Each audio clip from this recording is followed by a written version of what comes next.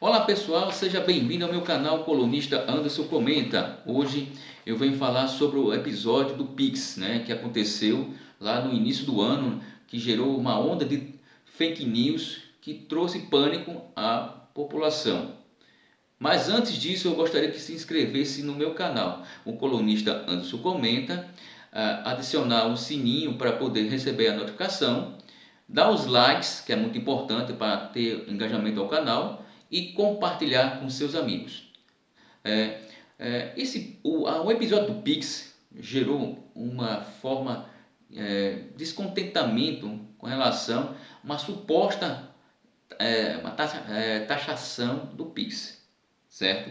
A onda de fake news, mas que trouxe implicações para o governo do presidente Luiz Inácio Lula da Silva, que teve uma derrota acachapante, Teve que recuar com relação às fake news. Mas antes disso, eu gostaria de fazer uma cronologia do tempo, o que aconteceu, para remontar a como ela iniciou, o marco temporal dele. Ela teve um ponto inicial. O Pix começou lá em 2018, do governo do então presidente Michel Temer. Só que a origem mesmo, o planejamento, o Banco Central teve início lá em 2016 e foi um planejamento para poder fazer um processo de aceleração de pagamento e transferência bancárias instantâneo, que foi uma ferramenta importante para isso.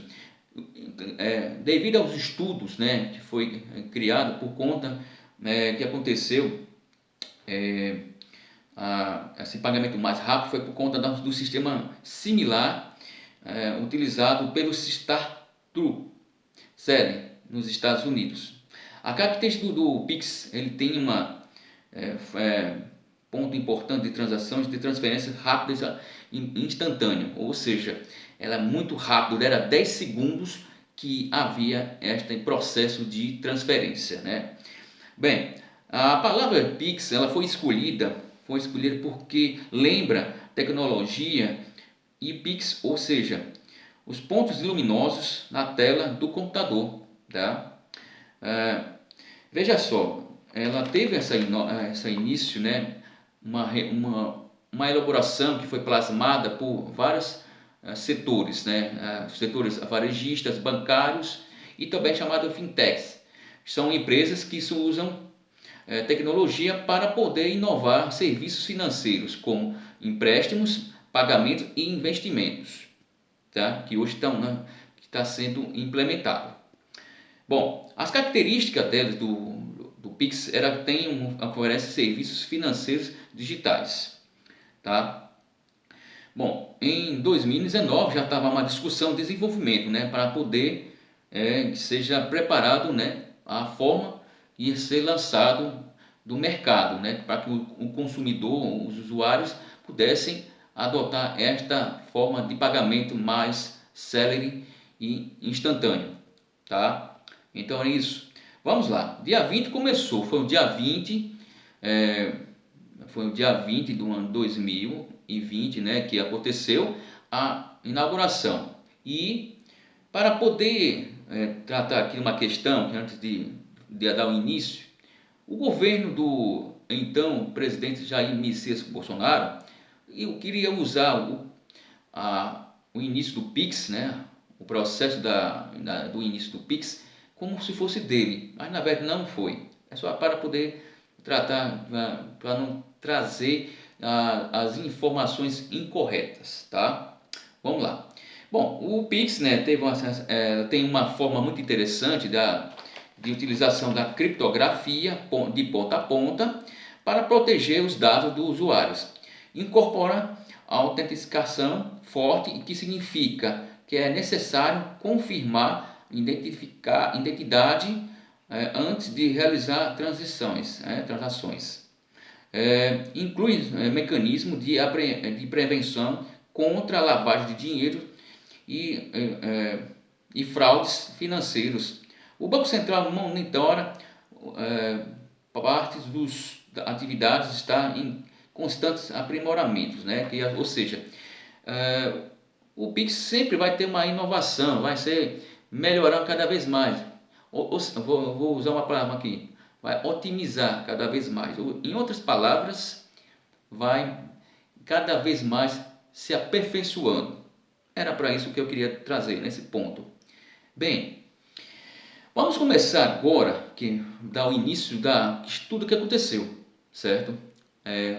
O Pix já estava preparado, o governo do ministro da Fazenda, Fernando Haddad, abriu uma portaria lá, uma portaria que fala sobre isso, uma Receita Federal, a publicação da portaria, que em 2000 a instituição de uma instrução, foi dia 17 de setembro, uma instrução normativa número 2219/24, para poder que as operações de cartão de crédito, bancos digitais, que passam a ser obrigados a informar semestralmente a Receita Federal.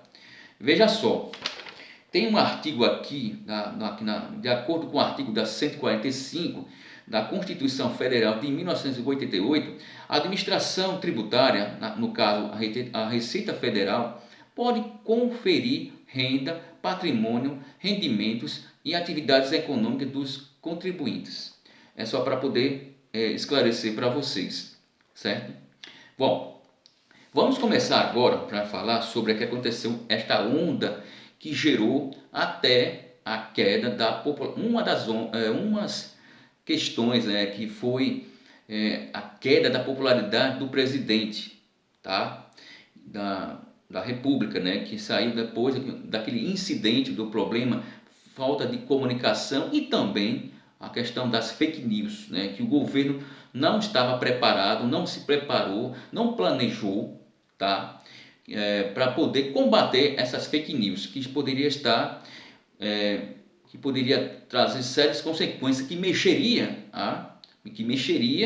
a questão das pessoas de baixa renda, as pessoas informais, tá? Que foram mais atingidas, Essa onda de desinformação, onda de fake news, devido a uma suposta uma taxação do Pix, que gerou as discussões, as pessoas ficaram em pânico, que até nas rodas das pessoas do senso comum, elas comentaram que o Pix poderia ser taxado, ou ia deixar não utilizar isso, e gerou sérios problemas. E o governo errou de não atuar com relação a isso, demorou bastante, passou 2 semanas para poder atuar contra essas fake news que gerou tantos transtornos para as pessoas comuns. O objetivo final era o quê? Anteriormente, o pagamento dos PIX, a monitorização que estava sendo monitorado era apenas de 2.000, e aumentou para 5.000. A pessoa física 5.000 e jurídica passou para 15.000, tá? Então foi exatamente isso, para poder monitorar a questão das transações financeiras acima desses valores. Só que, vamos lá, houve esses criminosos, teve criminosos que atuaram em forma de passar de uma forma de fake news, informações erradas, dizendo que o governo ia taxar as pessoas mais informais, dos PIX, que era uma forma. Só que o governo faltou aquela comunicação correta para isso, mas que devia ser propositada, uma forma mais rápida, combater logo essas fake news, mas deixou fluir, certo? E gerou esse problema sério, as pessoas ficaram desconfiadas. Entre eles, para poder finalizar, foi o caso do Nicolas Ferreira, deputado do PL do Minas Gerais, um jovem que é um ponto que eu diria o seguinte: ele é uma pessoa muito polêmica, é uma pessoa que tem um discurso muito bem eloquente, sabe se comunicar bem com o seu público. As pessoas subestimam a capacidade desse jovem, mas ele trouxe sérias consequências. Vamos ver aqui as sérias consequências que ele trouxe aqui para a gente poder, aqui, de acordo com o que ele falou aqui. O Nicolas Ferreira até admite que o Pix não seria taxado, mas ele mais sustenta como profissionais como feirantes, entregadores, vendedores, ambulantes serão vigiados como grandes sonegadores. Ele apela por uma suposta que quebra de sigilo bancário bancário, né? Na realidade, apenas os dados básicos como nome, CPF ou CNPJ, números das contas serão compartilhados sem. Ou seja, gente, para finalizar aqui, o governo, infelizmente, teve uma falha, teve que recuar do dia, passou 2 semanas e teve que recuar por conta das fake news.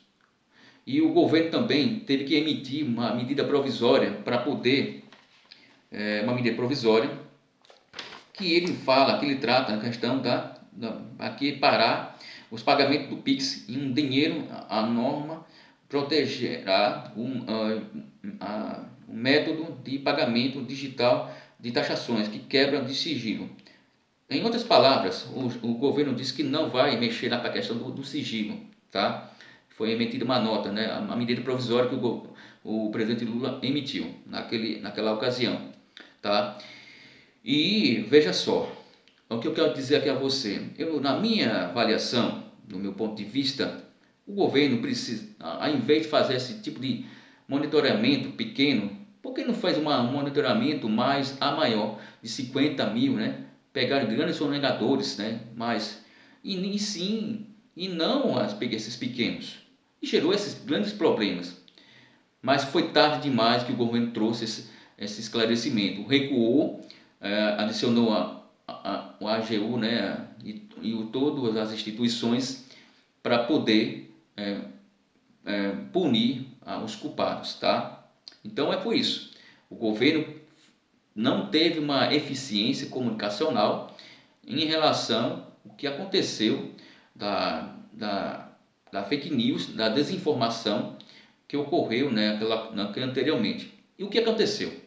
A popularidade do presidente caiu vertiginosamente, mas não só foi isso, teve outro elemento. E no próximo vídeo eu ainda vou falar sobre isso, tá? Até mais, gente.